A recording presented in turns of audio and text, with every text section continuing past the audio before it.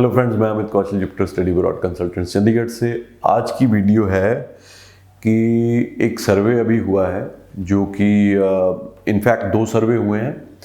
एक सर्वे हुआ है आईसेफ के द्वारा जो कि सबसे बड़ी इंटरनेशनल एजुकेशन कॉन्फ्रेंस करवाने वाली बॉडी है। ये और नाफसा, आईसेफ और नाफसा, ये दोनों सबसे बड़ी बॉडीज़ हैं।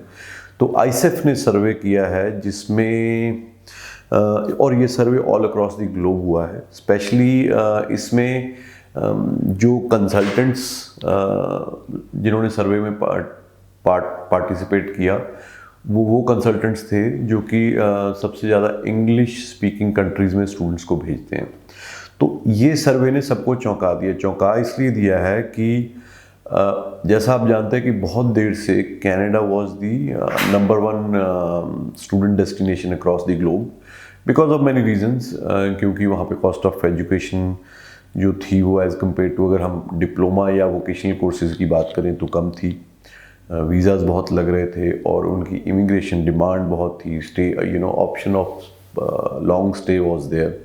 बट अभी जो उनका सर्वे आया उसमें फाइंडिंग्स में आया कि पिछले तकरीबन 2 क्वार्टर से यानी कि 6 महीने में टेबल्स एकदम से टर्न हो गए हैं। तो UK has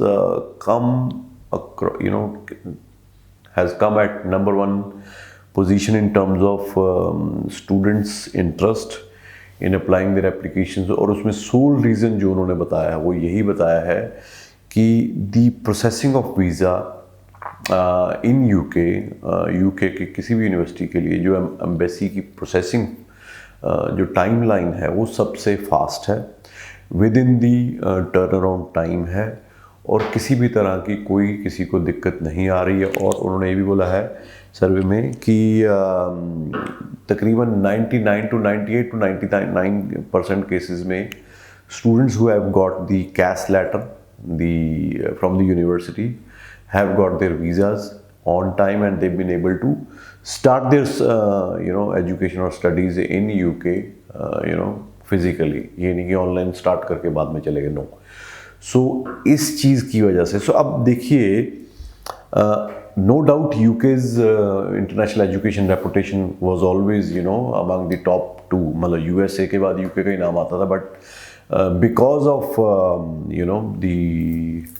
the number of students applying in Canada for various reasons, mainly तो यही था कि वहाँ पे they are welcoming the international students और उनको ऑप्शन था कि वो लॉन्ग स्टे का बाद में अपनी इमिग्रेशन के लिए भी अप्लाई कर सकते थे। तो वो एक बहुत बड़ा रीज़न था। और कनाडा जैसे आप जानते हैं कि बहुत बड़ा कंट्री है तो लोगों को अपॉर्चुनिटीज़ भी बहुत लगी कि देर आर डिफरेंट प्रोविंसेस जहाँ पे बड़े बड़े शहर हैं जहाँ जाके they thought that if we go and study in these colleges और the universities then we can plan our long stay और इमिग्रेट कर जाएंगे।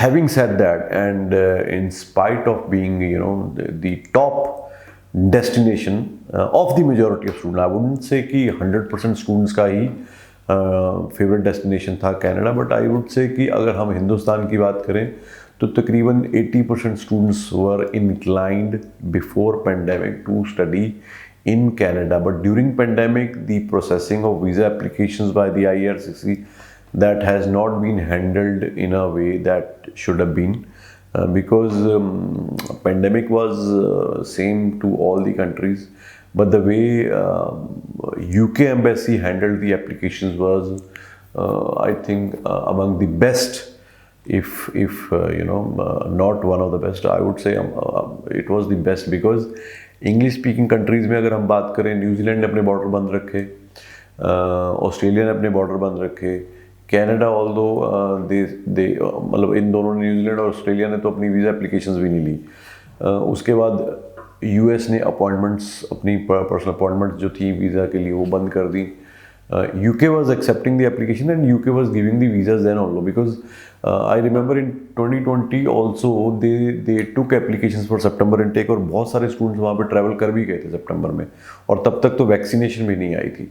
तो ये अब आप देखिए कि जो वीज़ा प्रोसेसिंग है वो कितना बड़ा इम्पैक्ट डालती है to make a destination favorite among the students, because ultimately student को अपना टाइम नहीं वेस्ट करना, उसको जाना है, उसको ट्रैवल करके वहाँ पे इंटरनेशनल यूनिवर्सिटी में जाके या कॉलेज में जाके अपनी पढ़ाई शुरू करनी है। तो उनको ये इस वजह से डिले हो गया या उस वजह से डिले हो गया, इन चीज़ों से उनको कोई लेना देना नहीं है। उनको ये है कि हाँ, ये 2-3 कंट्रीज़ हैं जहाँ मैं इनमें से मैं किसी में भी जाना चाहता हूँ या चाहती हूँ।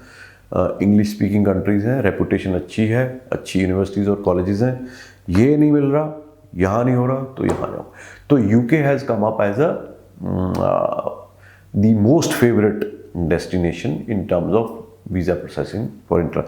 और दूसरा, क्यूएस ने अभी top cities in the world for international students की रैंकिंग भी जारी की है। And I am not surprised that London has again regained its number 1 position in terms of the overall experience and expectations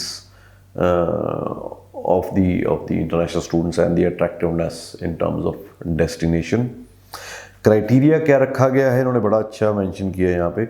इसमें 98,000 students से बात की गई थी और 110 सिटीज़ ने पार्टिसिपेट किया था। ये वो सिटी जहाँ पे लोग अक्सर इंटरनेशनल एजुकेशन के लिए जाते हैं। तो that means these are the cities where the top universities of the college of the world are located eight.